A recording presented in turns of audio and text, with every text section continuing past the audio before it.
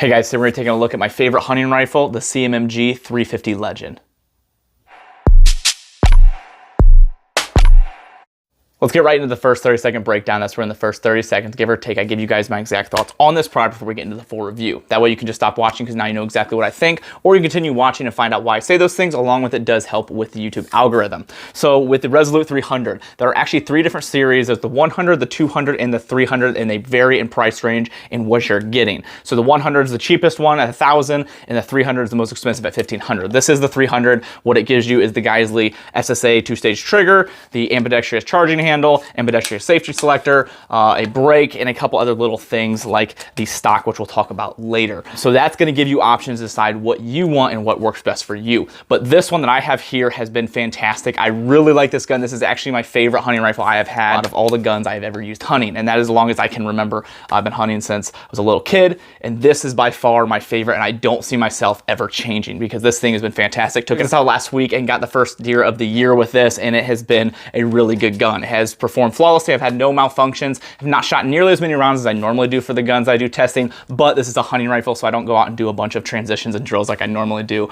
But I've shot about 50 rounds out of this gun, and everything has performed really well. Put down deer very easily, which we'll talk about a little later about the caliber choices and different things you might want to go through, and it really varies on state. But for Ohio, where you need a straight wall cartridge, this is a fantastic cartridge to go with and a really good platform to choose from. Now, the only thing I don't like about this gun is going to be the stock. I don't think it's really great for hunting, and I'm not a big fan of the fact that you can pull that out and it's really loud, especially if you accidentally grab it, which is something I did while I was hunting. So goodbye all the deer that were in the area. But now let's get into my relationship with CMMG. They did send me this gun. I did not spend my own money on it, so I appreciate them for doing that.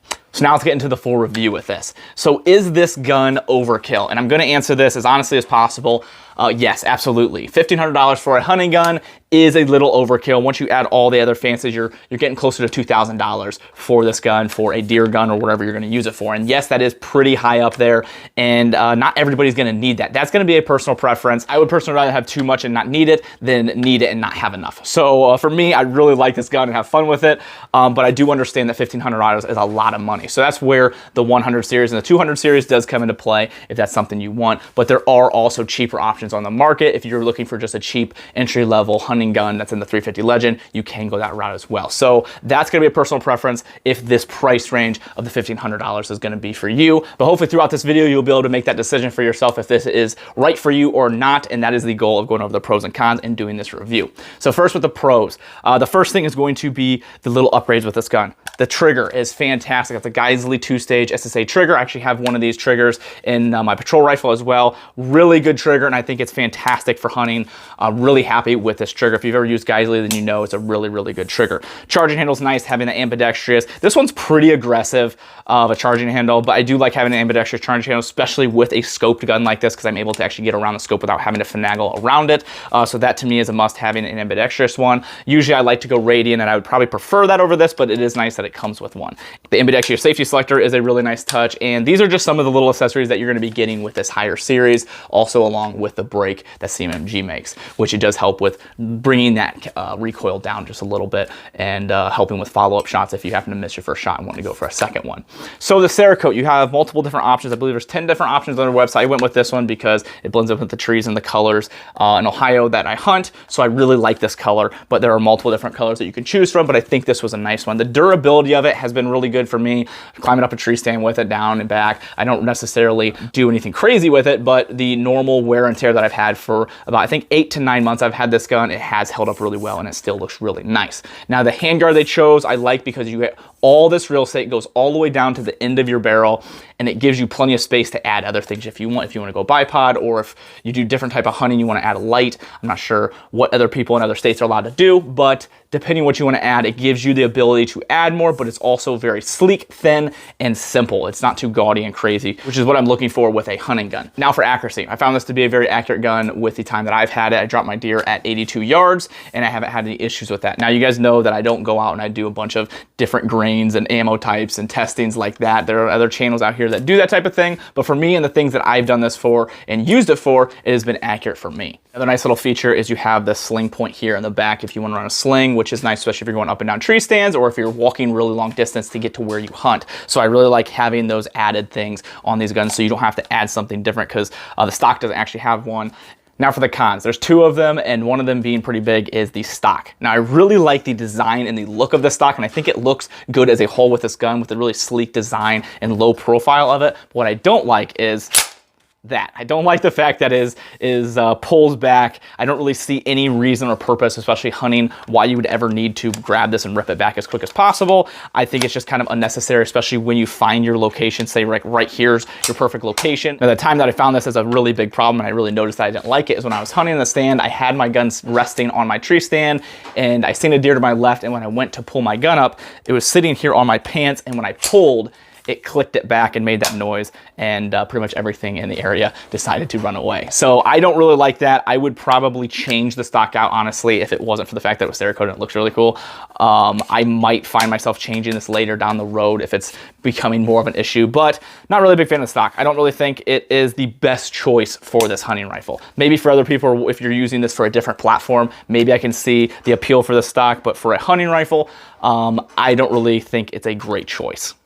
Now the next con is going to be the price. $1,500 for a hunting rifle is quite a lot, especially if you're somebody that only goes out maybe once or twice a year and don't do it a ton or professionally. Now if you're doing it in that instance, then maybe that's not really that expensive, but for the normal person that just goes out and hunts once a year, this is going to be a very expensive price. Now that's going to be up to you to decide if the things we went over is beneficial to you or it's just overkill. And that's going to be kind of a thing. Yes, this gun is probably overkill for what I need it for, but I really like having those nicer features like the really nice trigger, the ambidextrous charging handle, safety selector, and some of the other nice things that this gun comes with. So that to me is going to be a personal preference for you to decide off of the things that we went over in this video. Now for the caliber choice. I went with 350 Legend. I originally used to just do shotgun, and that did the trick. It was nothing wrong with it, but I really think there's better options. And this is really going to be dependent on your state. I live in Ohio, so we're allowed to have straight walled cartridges, so it kind of limits you a little bit, but it still allows you now to have an AR platform, which is really cool. Previously to this, I was running a 450 Bushmaster, and that was in a bolt gun, and that thing did the trick, and it was a fantastic caliber, but I think it was a little bit too much for what I was doing, which is white-tailed deer is what I hunt. It did the job fantastically, but it was a hand cannon, it was loud, and I think the 350 Legend just does a little bit better. It puts the deer down like I want it to. It has just enough power. It's not quite as loud and obnoxious, and it does everything I need it to. So that, again, is going to be a personal preference on you to choose what caliber you like, but me personally, in the time that I have hunted with different calibers and different rifles and choices that I've went with, the 350 is the one I'm going to stick with right now, and probably for a while unless something changes. Maybe if Ohio switches and allows us to use other things. I know the 300 Blackout's a pretty popular caliber as well, which I would probably use because I have a suppressor for that. But this for right now in Ohio and the things that I do and what we're allowed to do, this to me is probably my favorite thing that I have used. Now, with all this being said, is this something I recommend and would spend my own money on? I absolutely recommend this if you are willing to spend the $1,500 on it, or even if you want to go with a cheaper one, the $1,000, which is the 100, and the 200 is $1,200. If you want to go to the cheaper ones, I do recommend those because you're still getting the same barrel and the same gist of the gun. You're just getting some added accessories with this one. So I definitely do recommend this. I think it's great. It's my favorite hunting rifle that I've used to date. Would I spend my own money on this? See, that's going to be a tough one. Now, probably not the 300 if I was personally going to buy this myself, because the fact that it is a little over the top probably for the things that I would need. I would eventually tell myself, okay, I don't need the trigger, I don't need the charging handle, I don't need the brake. I personally know myself and know I would have talked myself out of getting the fancier one with all the fancier accessories, and I probably would have just went with the 100, which is in a $1,000 price range, which I definitely probably would have spent my own money on that one. But this one I probably would not have. I'm really happy I have this one because I really love the accessories and I think it's awesome to have this nice of a gun to go hunting with, but I know I would still be able to take down the deer with the cheaper ones just the same without having the nice two-stage trigger from Geisley and a couple other things. So yes, I would recommend this. I probably wouldn't spend my money on the 300 personally, but I definitely would go for the 100 and still get this platform because I really like this setup that CMMG has. So if you guys are interested in helping out the channel and the things I do here, there's a couple ways to do that. Down in the description, there are some discount codes to help save you guys some money, along with a link to my website. From there, you can use other links like Brown Nails, Air Precision, Premier Body Armor, and you can use those links, and it helps out the channel a ton if you purchase something with those. So I thank you if you do those things. If not, just appreciate you guys being here, liking, sharing, and subscribing. Those things help as well. Another company is Howitzer. Really like this clothing company and everything they stand for as a company, and they donate 5% of proceeds to charity, which is really cool. TA Targets is another one, and these guys are fantastic. The only targets that I use at my range, and you can use code Tactical Advisor to save 10% off of your order. Thank you guys so much. It's getting to the end of the year here, so things are starting to wind down and getting really prepared for SHOT Show. If there's something specifically at SHOT Show you want to see coverage on,